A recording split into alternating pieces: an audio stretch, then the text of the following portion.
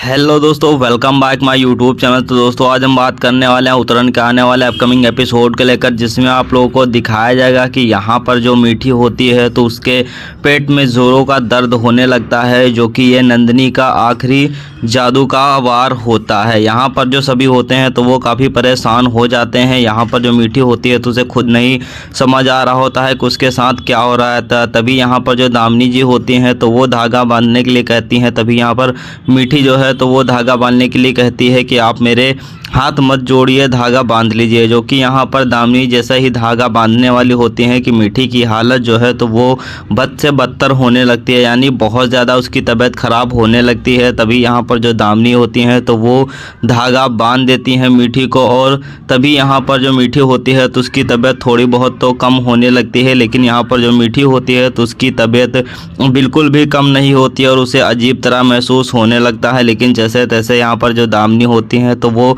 धागा बांधने ही वाली होती हैं कि पूरी तरीके से वो धागा नहीं बांध पाती हैं कि मीठी को अजीब तरीके से यहाँ पर जो है तो पेट में उलझन होने लगती है। तो वो तुरंत ही वॉशरूम की तरफ भागती है। तो वेल, आप लोगों को क्या लगता है कि क्या मीठी बच पाएगी? तभी यहाँ पर जो आकाश की मैया होती हैं तो वो हनुमान जाप करने के लिए बोलती हैं। तो यहाँ पर आकाश हनुमान जाप करता है और यहाँ पर जो नंदिनी होती है तो वो अपने इरादे को अंजाम दे रही होती है। तभी मीठी को बहुत ज़ोर का दर्द होता है और उसके पेट में जो है तो बहुत ही दर्द होने लगता है। तभी यहाँ पर जो दामिनी होती हैं तो वो धागा भी बांधती हैं और साथ ही उनकी जो गुरु माँ होती हैं तो वो प्रार्थना कर रही होती हैं मीठी के लिए। तभी यहाँ पर जो मीठी होती है तो वो जैसे तैसे उसकी हालत थोड़ी बहुत हल्का जाती है और यहाँ पर जो आखिर आकाश और दामिनी होते हैं तो वो काफ़ी परेशान हो जाते हैं और डॉक्टर को बुलाने के लिए चले जाते हैं।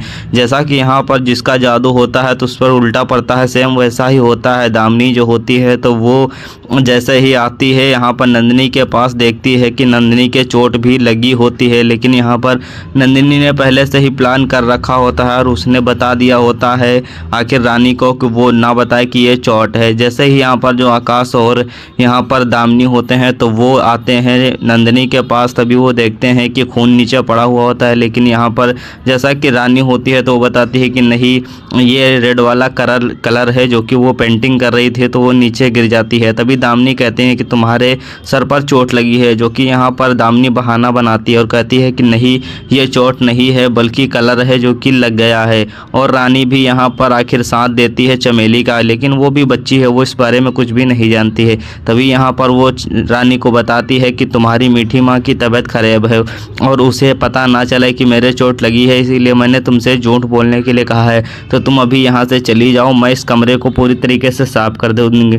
तभी जब सुबह होती है तो मीठी जो है तो वो पूरी तरीके से ठीक हो चुकी होती है। लेकिन आकाश जो है तो वो डॉक्टर के लिए बोलते हैं। तभी मीठी कहती है कि हाँ ठीक है बाबा, हम लोग चलेंगे डॉक्टर के पास। और मीठी जो है तो वो डॉक्टर के पास जाने के लिए तैयार हो जाती है।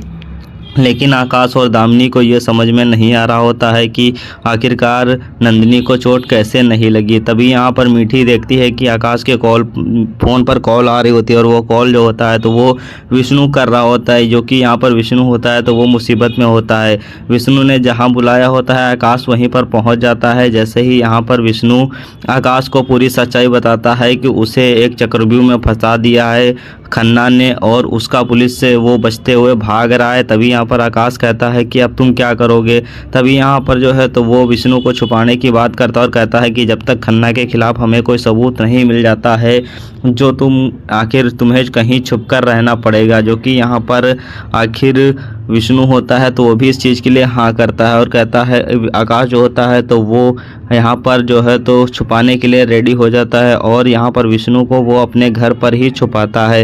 इधर जो यहाँ पर नंदिनी होती है तो वो अपने चोट पर जो है तो मलहम लगा रही होती है। तभी यहाँ पर छुपके से दामिनी ये चीज़ देख लेती हैं कि आखिरकार उसने जब कहा था तो उसे चोट नहीं लगी थी, आखिरकार ये कैसे हो सकता है। और यहाँ पर दामिनी का शक सही निकलता है कि आखिर वो कोई और ही नहीं बल्कि नंदिनी है जो कि मीठी पर जादू टोना कर रही होती। इधर जो यहाँ पर आकाश होता है तो वो विष्णु को सच बताता और कहता है कि जो कुछ भी था, जो कोई भी जादू कर रहा था, हमें सिर्फ नंदिनी पर शक था, लेकिन जैसा कि अन्नी ने बताया था कि जो जादू करता है और उसका जादू काम ना करे तो वो उसी पर उल्टा पड़ता है, लेकिन हमें नंदिनी पर शक था और उसको चोट नहीं लगी। ऐसा बात हो रही थी, तभी यहाँ पर जो दामिनी होती है तो वो बुलाती है घर पर और कहती है कि तुम जहाँ कहीं भी हो घर जल्दी आ जाओ, क्योंकि हमें पता चल चुका है कि कौन मीठी पर जादू कर रहा है। तभी यहाँ पर जो आखिर आकाश होता है तो कहता है कि फिक्र मत करो अन्नी, मैं यहीं पर हूँ, मैं अभी आ रहा हूँ। तभी यहाँ पर जो आकाश और दामिनी होते हैं तो वो पहुंच जाते हैं नंदिनी के पास, और यहाँ पर आकाश कहता है कि आखिर तुम्हारे सर पर चोट नहीं लगी है तो तुम इसे पट्टी से क्यों ढके हुई हो, हमें दिखाओ, तुम्हें चोट नहीं लगी तो आखिर तुमने ये बांध कर क्यों रखा है। तभी यहाँ पर जो आखिरकार आकाश होता है तो वो पट्टी हटाने के लिए बोलता है, लेकिन यहाँ पर जो नंदिनी होती है तो वो कहती है कि आखिर जिसे शक है हमारे ऊपर वो खुद ही इस पट्टी को हटा के देख सकता है, मैं तो नहीं हटाने वाली क्योंकि मेरा सर दर्द कर रहा है। जो कि यहाँ पर नंदिनी होती है तो उसके यहाँ पर कहते ही जो दामिनी होती हैं तो वो हटा के देखती हैं, लेकिन सचमुच उसे चोट नहीं लगी।